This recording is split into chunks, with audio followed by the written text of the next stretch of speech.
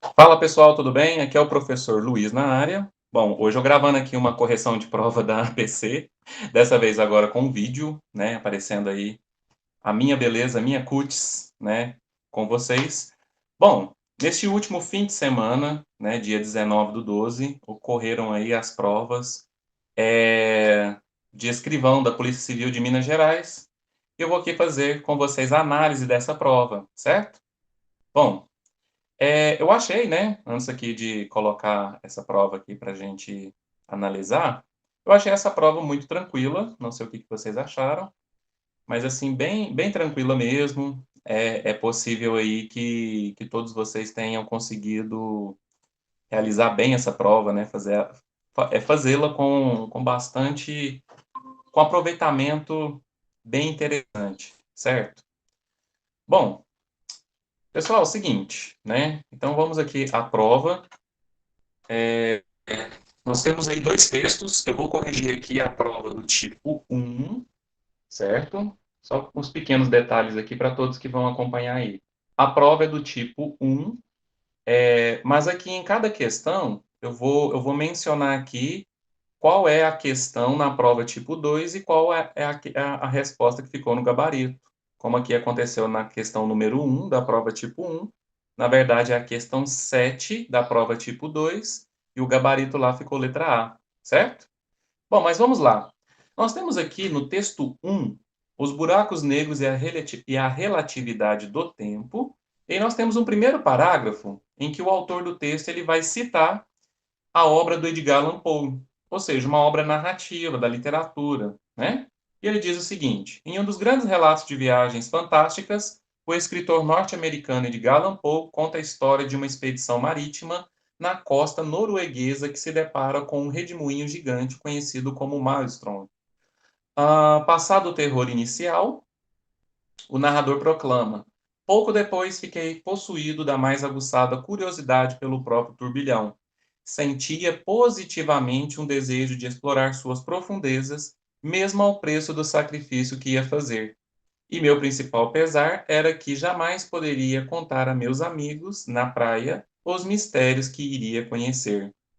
Se Poe tivesse escrito seu conto 150 anos depois, o original foi publicado em 1841, talvez substituísse a exploração das entranhas do vórtice pela exploração das entranhas do buraco negro. Fica difícil imaginar uma viagem fictícia mais fascinante do que a uma região em que nossas noções de espaço e tempo deixam de fazer sentido, de onde nada, nem a luz escapa, um verdadeiro maelstrom cósmico. Os buracos negros e suas ligações com objetos exóticos, conhecidos como buracos de minhoca, possíveis pontes de um ponto ao outro no espaço e no tempo, desafiam até a imaginação dos físicos. Eu quero fazer dois destaques aqui no texto. Primeiro, né, a gente observa que é um texto que fala sobre os buracos de minhoca, e sobre esses buracos de minhoca, sobre os buracos negros, melhor dizendo, né? Os buracos negros, isso daqui é um conhecimento científico, né? Científico, que está muito presente num gênero textual chamado é, é, artigo de divulgação científica, né? Então é um texto científico, certo? Então o que que acontece? Esse texto aqui, ó, científico, o autor ele fez, né? Aqui é o Marcelo Gleiser. Ele fez algo aqui bem interessante. Ele fez uma comparação com uma obra fictícia. Olha aqui, ó. Tanto é que ele fala em um dos grandes relatos de viagens fantásticas. Fantásticas quer dizer fantasia, certo? De fantasia. Isso que é literatura. O fantástico na literatura é a fantasia, um grande acontecimento fantasioso. Em outro momento do texto, ele faz essa comparação, né? Que os buracos negros não são tão conhecidos assim. Os cientistas sabem que existem, mas não há uma ainda, não se sabe muita coisa ainda. Falando que isso desafia até a imaginação dos físicos, né? Bom, estou falando tudo isso porque isso a questão número um, a questão número dois, ela tem total relação com o texto, são questões que têm a ver com a interpretação, lógico, mas precisaria daqueles conhecimentos que nós estudamos. Por exemplo, na questão número 1 é o conhecimento sobre semântica, né? O recurso semântico utilizado pelo autor para explicar o termo buraco negro foi sinonímia, né? Recurso semântico sinonímia. Quando for sinonímia, você vai lembrar de sinônimo, né? Sinônimo. E aí eu peguei e fiz aqui, né? Eu coloquei esse destaque aí, né? Quando ele faz a relação com buracos de minhoca, maelstrom cósmico, ou seja, ele comparando esse buraco negro aqui com o redemoinho gigante lá na história fictícia do Edgar Allan Poe, ou seja, ele está utilizando termos que são sinônimos. Antonímia tem a ver com antônimos. Antônimos são palavras de sentido contrário, oposto, sentidos opostos, né? Homonímia são palavras homônimas, homônimo, né? Homônimo, que é palavra homônima, aquela que tem escrita ou som, uma coisa ou outra, escrita ou som igual, semelhante, igual ou semelhante, certo? Muito bem. E paronímia vem de parônimo, parônimo. E o que que é o parônimo? O parônimo aqui você vai lembrar, esse P aqui, ó, esse PA de parecido. Enquanto homônimo, né? Na língua portuguesa você tem o homo significa igual, certo? E aí você tem o parônimo, esse par aqui, ó, par, ele significa parecido. Então é uma palavra muito parecida, troca apenas uma letra por outra. Como a gente conhece, por exemplo, na palavra interior, interior e exterior, certo? Interior e exterior. Isso aqui é um exemplo de parônimo. Olha só, é muito parecida a palavra. Aqui foi a troca, né, do prefixo in pelo prefixo ex. Ou seja, isso é parônimo. E a gente observa que nenhum desses três recursos foi utilizado para explicar o termo buraco negro. Não, ele utilizou sinônimos, certo?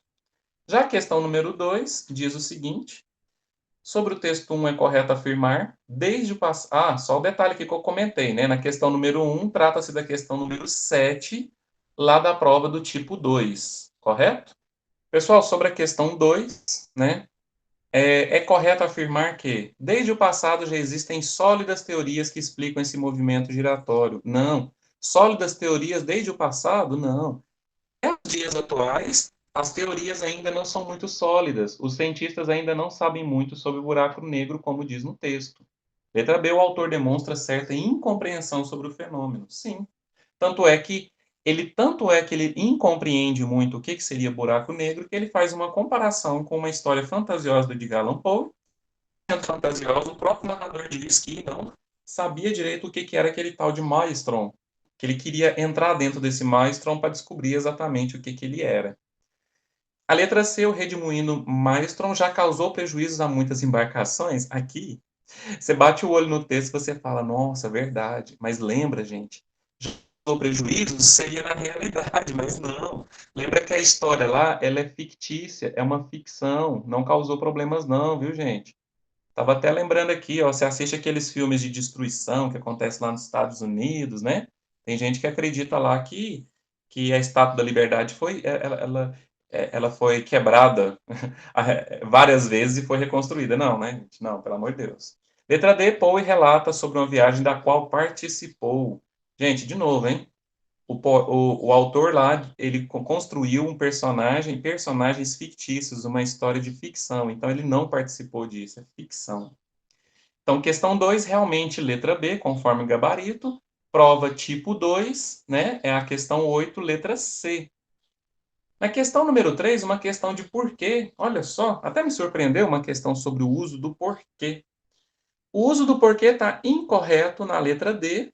Observem aqui que nós temos uma frase interrogativa direta. A interrogativa direta é essa que utiliza ponto de interrogação. Quando é frase interrogativa direta, a gente usa o porquê separado. Lembrando que o porquê separado é para frase interrogativa direta ou indireta. Ele pode substituir, na maioria dos casos, a expressão por qual motivo. Por qual motivo? Então, está errado na letra D. E as outras estão corretas. Fique atenta porque não vou repetir novamente. Esse porquê aqui, ó, podendo ser substituído pelo pois, ou seja, de explicação. Não responda seu pai porque ele está com razão. O sentido é exatamente o mesmo. Esse pois aqui, ele é tudo junto. Desculpa, esse porquê é tudo junto. Uma vez que ele pode ser substituído pelo pois. É só fazer essa troca, viu, pessoal? Colocou o pois ali, ele é idêntico ali ao porquê tudo junto. Porque não estava satisfeito com o filho, suspendeu a mesada. Bom, esse caso desse porquê aqui, ó, ele é no sentido de causa, certo? Aqui poderíamos substituir, inclusive, pelo como. Como não estava satisfeito com o filho, suspendeu a mesada, né? Aqui é pouco usual essa estrutura, começando com o porquê tudo junto, porque essa oração aqui ela é subordinada adverbial, causal, e ela está invertida. Essa daqui que é a oração principal, correto? Então, na questão número 3, realmente, resposta letra D, ela está errada. Lá na prova tipo 2, questão número 9, letra B. Na questão número 4, uma questão aí sobre a prova de redação oficial, né? E ao mesmo tempo é prova de gramática, né? As duas aqui se misturam. Quanto à concordância nominal com o pronome de tratamento, a alternativa incorreta é letra C. O que está incorreto aqui?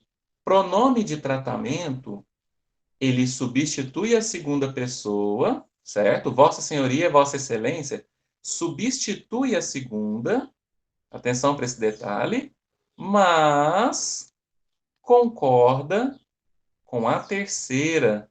Concorda com a terceira pessoa. Como assim? Bom, se você tem Vossa Excelência, Vossa Senhoria, Sua Excelência, apesar de estar substituindo a segunda pessoa no caso da letra B, C e D, eles vão concordar com a terceira. Então a letra B está correta. Ó, Vossa Excelência autoriza o início da sessão? Autoriza a terceira pessoa. Ele ou ela autoriza. Vossa Senhoria apresentará. Tá certo também o verbo, tá na terceira pessoa. Ele ou ela apresentará. O problema está aqui, ó. Vosso assessor. Esse vosso aqui, ó, está na segunda pessoa do plural. Ele concordaria com o pronome pessoal do caso reto, vós, né? Vós apresentareis vosso assessor. Aí sim estaria correto. Na letra D, Vossa Senhoria está inconformada com o parecer. A concordância está correta. Vossa Senhoria concorda aqui com a terceira pessoa e concorda com o interlocutor, né? Alguém está conversando com essa Vossa Senhoria e é uma mulher, por isso que está inconformada, está no sexo feminino, certo? Na letra A, nós temos Sua Excelência, que é usado para a terceira pessoa, e aí a concordância, ela se dá normalmente. Terceira pessoa concordando com terceira pessoa. Declarou encerrada a entrevista. Certo? Bom, a questão 5 e 6 é sobre o texto 2, né? Violência no Brasil. Lá na prova tipo 1 é o texto 1, não é o texto 2. A violência doméstica é um crime contra a infância. A violência urbana é um crime contra a adolescência, que atinge principalmente meninos negros. Diferencia Florence Bauer, representante do UNICEF no Brasil. Embora sejam fenômenos completamente complementares e simultâneos, é crucial entendê-los também em suas diferenças para desenhar políticas públicas efetivas de prevenção e resposta às violências. Atenção para a crase, né? Se você dá a resposta a alguém ou a alguma pessoa. Então, nós temos uma regência, né, da palavra resposta com o uso da preposição a, né, que exige o uso da preposição a. Muito bem, mas a questão 5 não é sobre isso, é a questão 6, né? Na questão 5, na verdade, nós temos uma questão sobre conjunção. Na oração, embora sejam fenômenos complementares e simultâneos, a conjunção embora introduz um período, uma articulação, ou seja, uma conexão, um uso de conectivo, certo? Que tem qual função, né? Qual que é o tipo de função dessa articulação? Ela é uma concessiva, da ideia de concessão, que tem como sinônimo outras palavras como mesmo assim, né? ainda que sejam fenômenos complementares, mesmo que sejam fenômenos complementares, né? Então, ela é concessiva. Vamos escrever aqui, ó. É sinônimo de mesmo que, certo? Questão número 6. Desculpa aqui, deixa eu voltar, né? A questão número 5 na prova tipo 1 é a questão número 1 da prova tipo 2, e lá é a letra C, né? Concessivo. Questão 6 é a segunda, né, da prova tipo 2. Questão 6, para a ocorrência de crase no sintagma e resposta às violências, a justificativa está incorreta. Atenção, hein? Em sala de aula, né? Até para quem não tá, nunca teve aula comigo, mas em sala de aula eu sempre falo sobre essas questões, esses comandos de questões aqui com sentido negativo, a gente deve fazer o quê? Escandalizar na prova, né? Escandalizar porque a nossa tendência é sempre tentar achar a resposta correta e não a incorreta. Bom, a letra A é que está incorreta, porque fala que antecede uma locução adverbial e não, né? Está antecedendo aqui um substantivo. Um substantivo é um substantivo feminino, certo? Resposta, a resposta. Então, não antecede uma locução verbal. A letra B está correta, o termo regente pede a preposição a. Termo regente é esse daqui, ó. Regente. Ele pede a preposição a. Né? Nessa circunstância, a palavra resposta, o substantivo resposta, pede preposição. Né? Ele deu uma resposta. Resposta a quem? Letra C também está correta. O termo regido admite o artigo definido a. Termo regido, ó. Esse daqui é o regente e depois é o regido. Né? O que vem logo na sequência. Regido. Ele admite o uso de artigo definido a. Sim, porque é violências. Violência é palavra feminina, é a violência, então admite sim. Está correto. E a letra D fala que precede uma palavra feminina. Olha só, a crase que está aqui precede, né? Ou seja, vem antes de uma palavra feminina, correto. Então, alternativa incorreta, realmente só a letra A. E na prova tipo 2 é a questão 2 e a alternativa é a letra D. Na questão 7, indica a frase contém um erro de regência. Erro, certo? É incorreta, está errada. Né? Bom, a letra A, aspiro a sucesso e saúde. Bom, o verbo aspirar no sentido de desejar, ele exige o uso da preposição a. Esse a aqui não está craseado. Você fala, exige. Às vezes, automaticamente, a gente acha que quando exige a preposição a, logo tem uma crase, mas não é bem assim que funciona, né? Por quê? Porque logo em seguida, o termo regido é sucesso. E sucesso é uma palavra masculina, é o sucesso. Então, não tem como ter crase aqui antes de sucesso. Se tivesse um A antes de saúde, aí sim, mas não tem, né? Aqui não tem. Não tem, aqui ó, tá vazio, né? E saúde, ou seja, se tivesse um A aqui antes de saúde, teria crase porque é palavra feminina. Então tá certo, realmente tá certo. O engenheiro obedeceu às normas estabelecidas, o verbo obedecer e desobedecer pede preposição a, e a palavra normas é uma palavra feminina que admite artigo a. Então está correto o uso aqui dessa crase. O policial visou ao alvo e atirou. Opa, o verbo visar no sentido de mirar, apontar, ele é um verbo transitivo direto. Não sei se vai dar para vocês enxergarem aí. Quando você visa o alvo, você visa alguma coisa.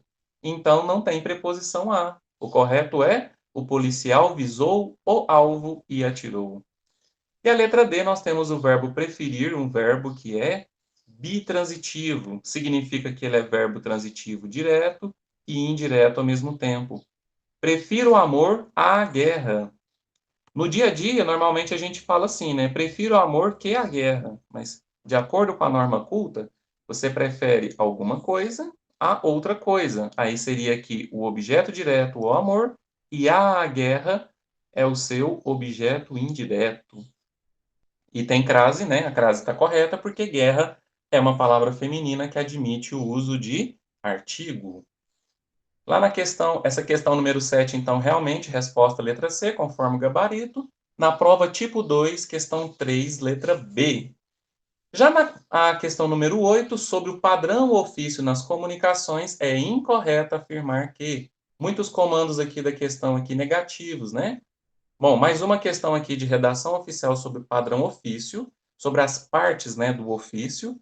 A indicação do local e data é desnecessária. Essa aqui já de cara é incorreta, né? Questão 8, letra A. A questão 4, é a letra D, né, da prova tipo 2. Gente, local e data é obrigatório. Tem que colocar o local e data. Os outros estão corretos, né? O assunto deve dar uma ideia geral do que trata o documento.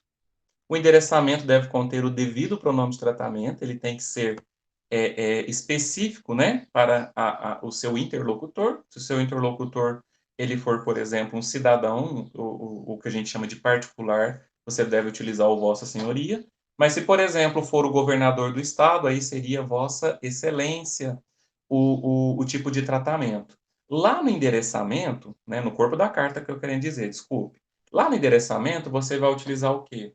Se o pronome de tratamento for Vossa Senhoria no corpo da carta, no endereçamento é senhor, né? Ao senhor fulano de tal. Se o pronome de tratamento é Vossa Excelência, aí seria o quê? A Sua Excelência, o senhor fulano de tal. Então, existe um pronome devido de tratamento, né? Específico. Respeitosamente, você envia para aqueles, né, que têm cargo superior ao seu. O atenciosamente para quem está no mesmo cargo ou cargo inferior. Questão número 9, a penúltima questão aqui da prova tipo 1. O período que contém sujeito simples é... Gente, eu achei muito tranquila essa prova, olha só. Você identificar sujeito simples. Mas aí tem muitas pessoas que tentam analisar sujeito semanticamente, pelo sentido. E às vezes não dá certo. A sintaxe, muitas vezes, ela trabalha com registro mesmo, que está ali na palavra, né, na frase. Por exemplo, a letra A que tem sujeito simples. Alguém ouviu o chamado dele ontem à tarde. O verbo aqui é ouvir. Quem ouviu o chamado dele ontem? Alguém. Esse aqui é o sujeito, certo? Sujeito, escrito com uma palavra só, sujeito simples, né? Um núcleo apenas. Letra B, desviaram muitos recursos para a pavimentação de estrada. Desviaram, observe que aqui ó, está na terceira pessoa do plural e não tem referente. Né? Quem são eles aí que desviaram? Não sei, não está escrito aqui. Então, nesse caso aqui da letra B, nós temos um sujeito indeterminado. Indeterminado. Lê, observe que faz muito frio em Petrópolis. Isso é um fenômeno da natureza, certo? Fenômeno. Por se tratar de um fenômeno da natureza, não tem um sujeito que faça essa ação. Essa ação não é ligada a nenhum ser. Ou seja, nós temos aqui uma oração sem sujeito. Ou também nós podemos falar sujeito inexistente. Oração sem sujeito. A mesma coisa acontece na letra D. Oração sem sujeito também, só que não é por ser um fenômeno da natureza. É porque nós temos um verbo impessoal, que é o verbo haver, no sentido de existir. Opa, quando o verbo haver for no sentido de existir, ele trata-se, né, de um verbo impessoal. Não tem um sujeito, né, responsável pela ação. Havia pouca gente no enterro do soldado. Então, questão número 9, realmente resposta correta, letra A. Trata-se da questão número 5 da prova do tipo 2. Bom, e a última questão aqui da nossa análise da prova da PC, questão 10, né? Bom, leia o parágrafo a seguir e responda a questão 10. As primeiras impressões de cinema, mudas até 1929, eram documentários e narrativas rudimentares acompanhadas por um piano, ou até mesmo por uma orquestra nas grandes salas, que pontuava as cenas mais emocionantes. O uso das vírgulas no parágrafo acima justifica-se. Observe que mudas até 1929 está inserindo uma informação, né, sobre as sessões de cinema. As primeiras sessões de cinema eram documentadas em narrativas rudimentares. Observe que então aqui, ó, mudas até 1929 é uma informação intercalada entre o sujeito e o seu predicado, né? Deixa eu colocar aqui uma canetinha de cor diferente para vocês observarem o que é a oração, né? Ver toda essa oração. Observe que a oração está aqui, ó. Primeira oração. As primeiras sessões de cinema, esse aqui é um sujeito, eram documentários e narrativas rudimentares acompanhadas por um piano, né? Esse aqui é o predicado. Esse predicado aqui, eu sei que é predicado, porque aqui nós temos o verbo que concorda com o sujeito, o verbo ser, né? E nós temos o complemento disso, documentários e narrativas rudimentares acompanhados por um piano, né? Que é o predicativo do sujeito. Mudas até 1929 está entre vírgula, porque está explicando melhor sobre o termo anterior, certo? Então, por isso que se justifica. Agora, a letra A, né, diz destacar um objeto direto pleonástico. Pleonástico é pleonasmo, né? Aquele objeto direto que teria a função de pleonasmo. Não é o caso. Opa, escrever a mesma coisa? Não adianta, né, meu povo? Não adianta. Pleonástico é a mesma coisa aqui. Peraí. A mesma coisa aqui, pleonasmo. Pleonasmo. Deixa eu consertar esse negócio. Olha só, tá pagando um por um. Ó, é a mesma coisa aqui, pleonasmo. Letra C, para dar ênfase ao adjunto adverbial. Não é uma adjunta adverbial, é uma informação nova que está ali, né? Inclusive, olha só o pequeno detalhe dessa questão, hein? Se não tivesse o adjetivo mudas aqui, ó, não tem mudas, tem só o termo até 1929, aí seria uma adjunta adverbial. Porque aí seria só simplesmente uma expressão de tempo. Seria uma adjunta adverbial de tempo. Letra D, separar duas orações com a mesma função sintática, não mesmo, né? Até porque mudas até 1929 não é oração, né? Aqui é um aposto. Um aposto. Quem foi meu aluno viu que eu falei sobre isso, né? Às vezes a questão trata-se de um aposto, só que ele não usa o nome, a palavra aposto. O que foi utilizado? O termo inserir informação intercalada entre o sujeito e o predicado, certo? Bom, pessoal, é isso, né? A minha análise aqui, acho que ficou um pouco grande, né? Eu acho que eu me estendi um pouco, né, na minha análise aqui. Espero que vocês tenham gostado, né? Que todas as dúvidas elas tenham sido sanadas, porque eu acredito que muitos de vocês aí, claro, né? Vocês esperam a aprovação. Caso essa aprovação não venha, lógico, não quero que vocês desanimem, né? Que continuem firmes. Então, uma boa análise aí da prova fresquinha, né? Que vocês acabaram de realizar, ela é ótima, certo? Então é isso aí, meu povo. Forte abraço para vocês e até a próxima.